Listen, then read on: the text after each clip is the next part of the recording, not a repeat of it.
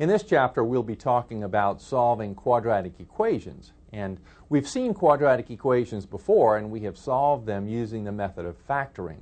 We're going to begin with that method here. I'm going to show you a couple of situations involving the method of factoring, and then we'll just extend the idea from there.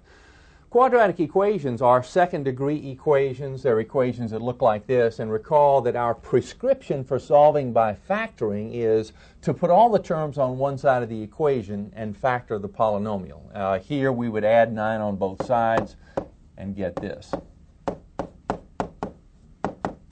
Now we want to factor x times x for x squared, last sign positive, so these two signs are the same. Since the middle sign is negative, it's minus times minus, factors of 9, 3 times 3. Verifying the middle term, minus 3x with minus 3x is minus 6x. So this is the correct factored form. What we notice about this that's maybe a little unusual is that the value of x that causes each factor to become 0 is the same. That is, when x is 3, this factor is 0. When x is 3, this factor is 0. A little bit unusual. This is called a double root. In this one, the unusual situation is that we have two letters involved. And if we're solving this for x, we're just finding the value of x or the expression for x that when replaced back into this equation will make it true. And we can still solve it by factoring like this.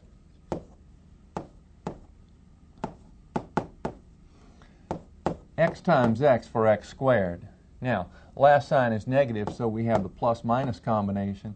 Factors of 5a squared. Well, let's see. Factors of 5 would be the 5-1 combination.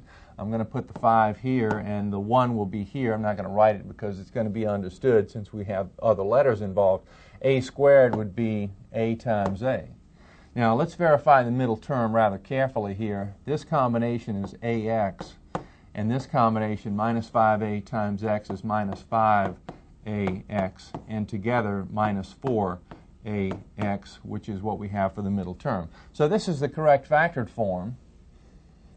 And now we'd like to know the value of x that will cause each factor to become 0. That is, what value of x will cause x plus a to be equal to 0? Well, I can solve this little statement for x, that is, isolate the x, and it'll tell me. If x is equal to negative a, subtracting a on both sides, if x is equal to negative a, then this factor becomes 0. After all, if I replace x with negative a plus a, 0. Right? That's the idea. So we need not be intimidated when another letter is involved in the problem like this. Here, we could use the same technique, and we would find that when x is 5a, you see 5a minus 5a makes this 0, so x equals 5a is another solution. Now, we understand that in this method of factoring that we go through and we factor, and then we ask ourselves, what value of the letter will make each factor equal to 0? And those are our solutions. You know, it makes sense from that flow in our solution process that we could actually go through that flow backwards and build an equation from the solutions. Here's what I'm talking about. Here's how we get to our solutions. We take our quadratic equation, we factor, we ask ourselves what value of x makes each factor 0, we determine those, and these are our solutions. Doesn't it make sense that we could go from here to there to there? You see, and build the equation. If x equals 3 is a solution to an equation, then x minus 3 must be one of the factors. And if x equals negative 2 is a solution, then x minus negative 2, or x plus 2, must be a factor. And if these are the factors, then we can multiply those to give the original equation. Let's go through the process using some other solutions.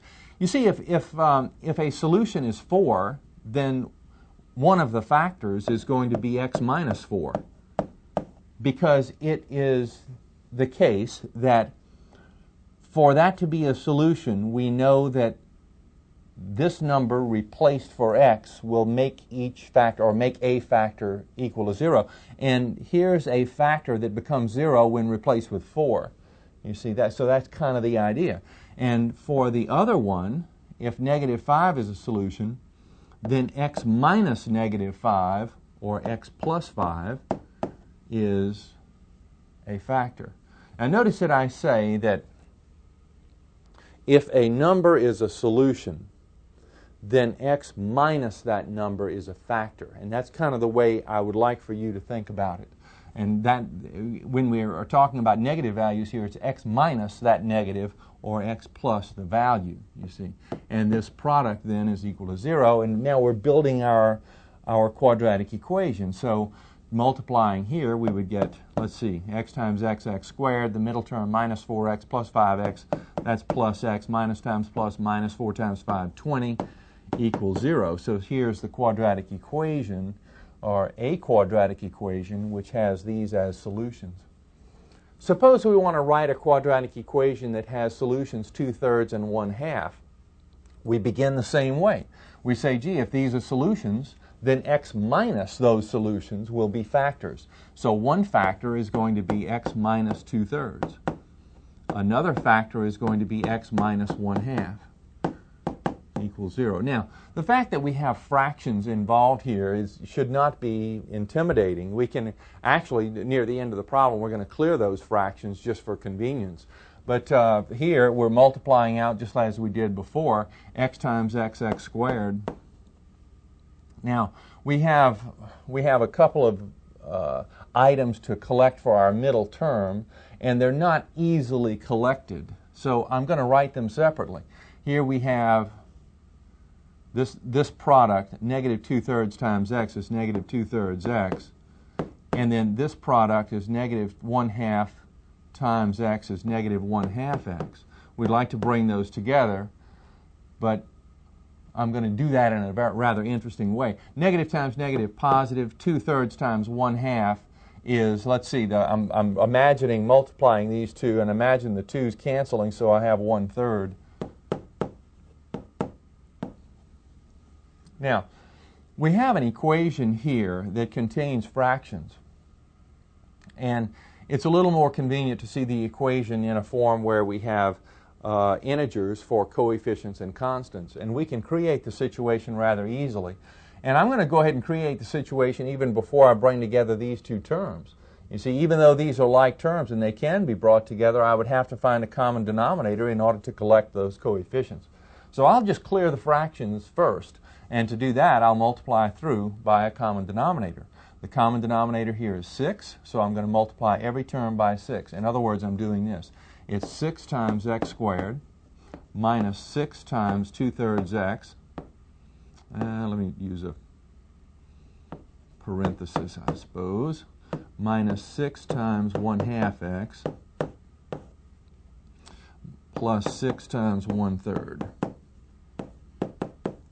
Any way that you show that you're kind of injecting a 6 as a factor into every term is okay. Another way would be to put the parenthesis around the 6, but it doesn't really make any difference. And notice that I'm just popping that 6 factor in between the sign and this part of the term, between the sign and the factors, you see. I'm just pumping it right in there, and now I can see the cancellation opportunities very easily. Let me bring down the 6x squared, and then 3 into 6, 2. So we have negative 2 times 2, that's negative 4x. And here, 2 into 2, 1, 2 into 6, 3. Negative 3 times 1, negative 3x. And then the 3 into 3, 1, 3 into 6, 2. So we have 2. And then equals 0. Now it's pretty easy to collect those middle terms. We have 6x squared minus 4 with minus 3, that's minus 7. X plus 2 equals 0.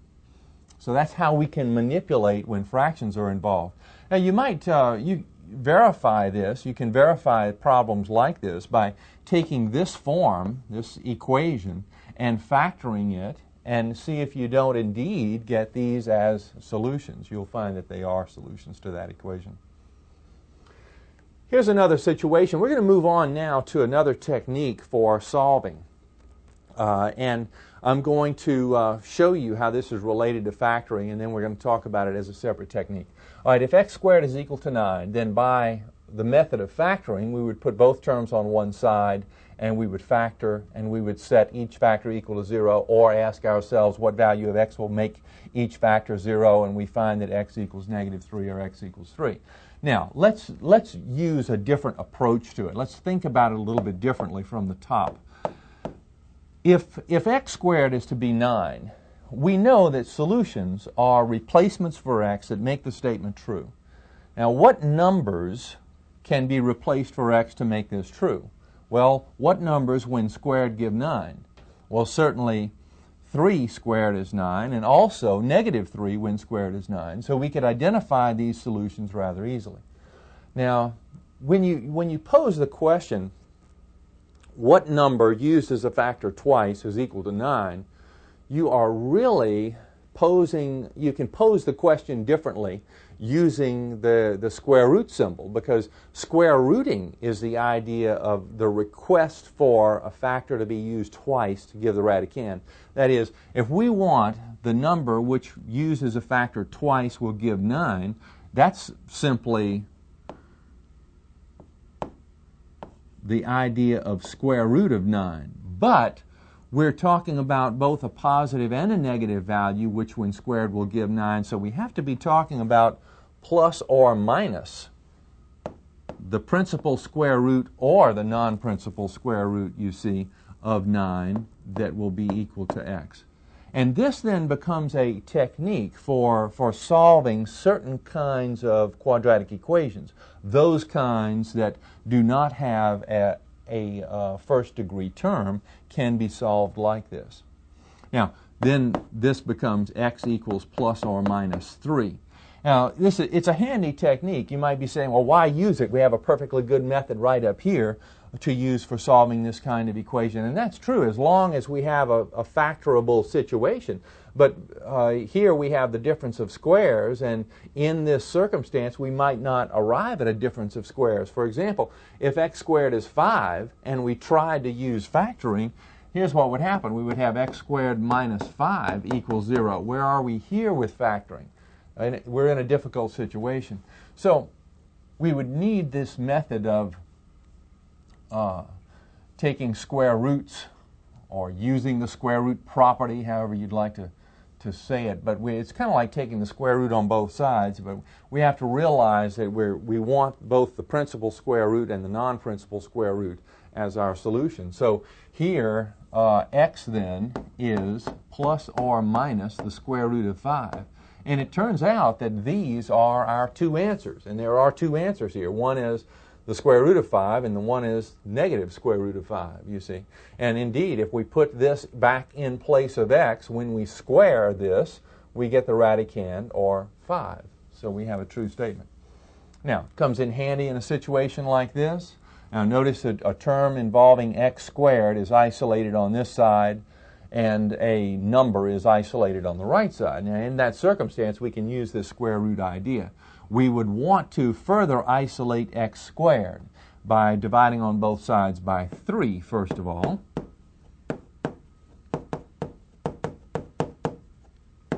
To find x squared to be 18. And now we would, by this square root idea, by taking square roots, x is plus or minus the square root of 18. And at this point, it's just a matter of cleaning this up or simplifying it in some way. X then is plus or minus the square root of 9 times 2, but the square root of 9 is 3, so this is plus or minus 3, the square root of 2.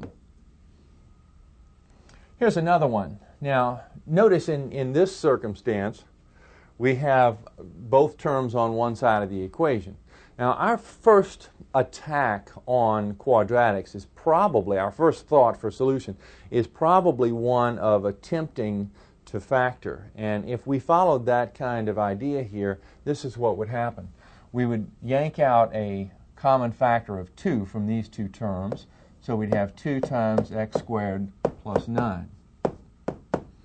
Now we would try to factor this factor further, but it's the sum of squares. It's not the difference of squares. So we can't easily factor it, but we can do this. We can go right into our thought pattern of what value of x will cause each factor to become 0? That is, what value of x causes this factor to be 0?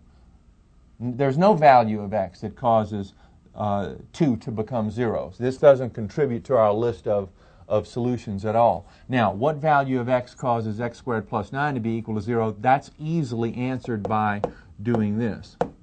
Set it equal to 0 and solve it. We can solve it using the technique that we're talking about here by separating these two.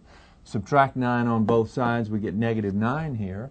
Then x is plus or minus the square root of negative 9. And now that we have available to us the idea of complex numbers, we can put a value on this, or we can express this in a different way.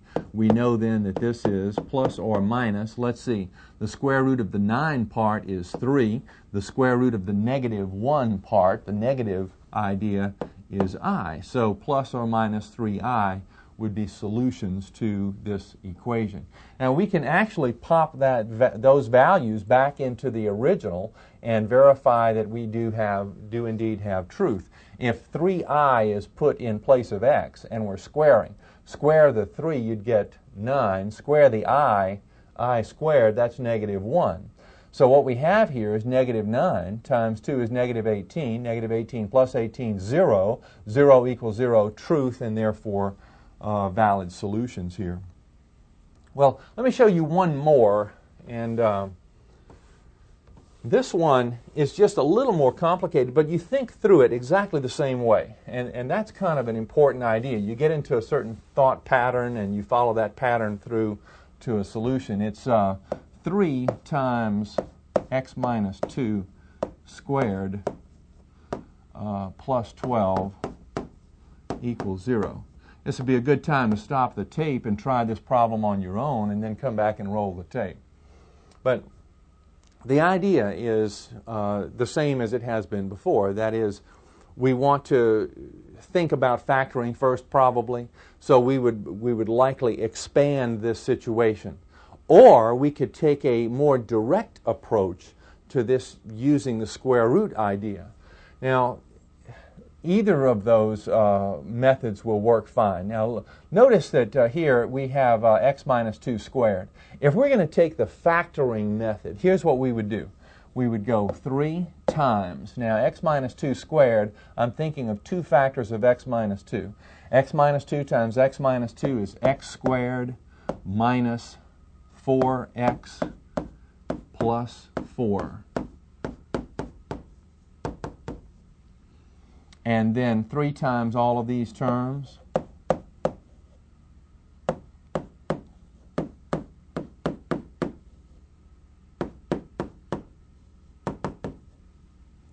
And then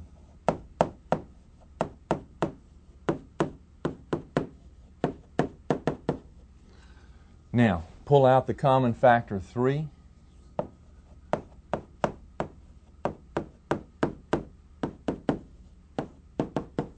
And now attempt to factor.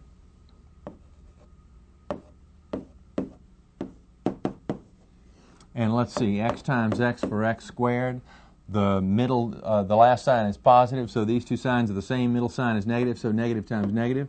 Factors of 8. Let's see, 4 times 2. Now we want factors of 8 that add to give 4. 4 times 2, 4 and 2 would give 6. 8, 1, that doesn't work either. By our methods, this is just not factorable. We need another way to solve this thing. Well, another technique is kind of built into the situation up here at the top. Let's start again.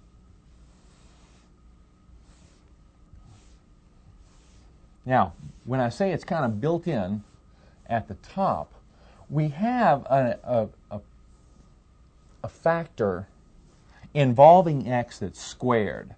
And everything else in the problem is just integers. So we have this involving x that's squared. All right, and here we have an integer, here we have an integer. So we can isolate this part involving x that's squared. All right, let's do that. I'm subtracting 12 on both sides. Now, further, I can divide on both sides by 3. And when I divide over here by 3, I get negative 4. It's kind of a trivial operation. And now I have a quantity, a variable quantity I might add, squared equals negative 4. Well, that means that sort of taking the square root on both sides, it means that this is plus or minus the square root of that. So this variable quantity is plus or minus the square root of negative 4. Well, let's see. The square root of negative 4, the square root of 4 is 2. The square root of the negative idea here is I, so this is 2i. Now I'll isolate the x here by adding 2 on both sides. And I have solutions. One solution is 2 plus 2i. The other solution is 2 minus 2i. And indeed, if you put these values back into the original equation, you would find that they make the original statement true.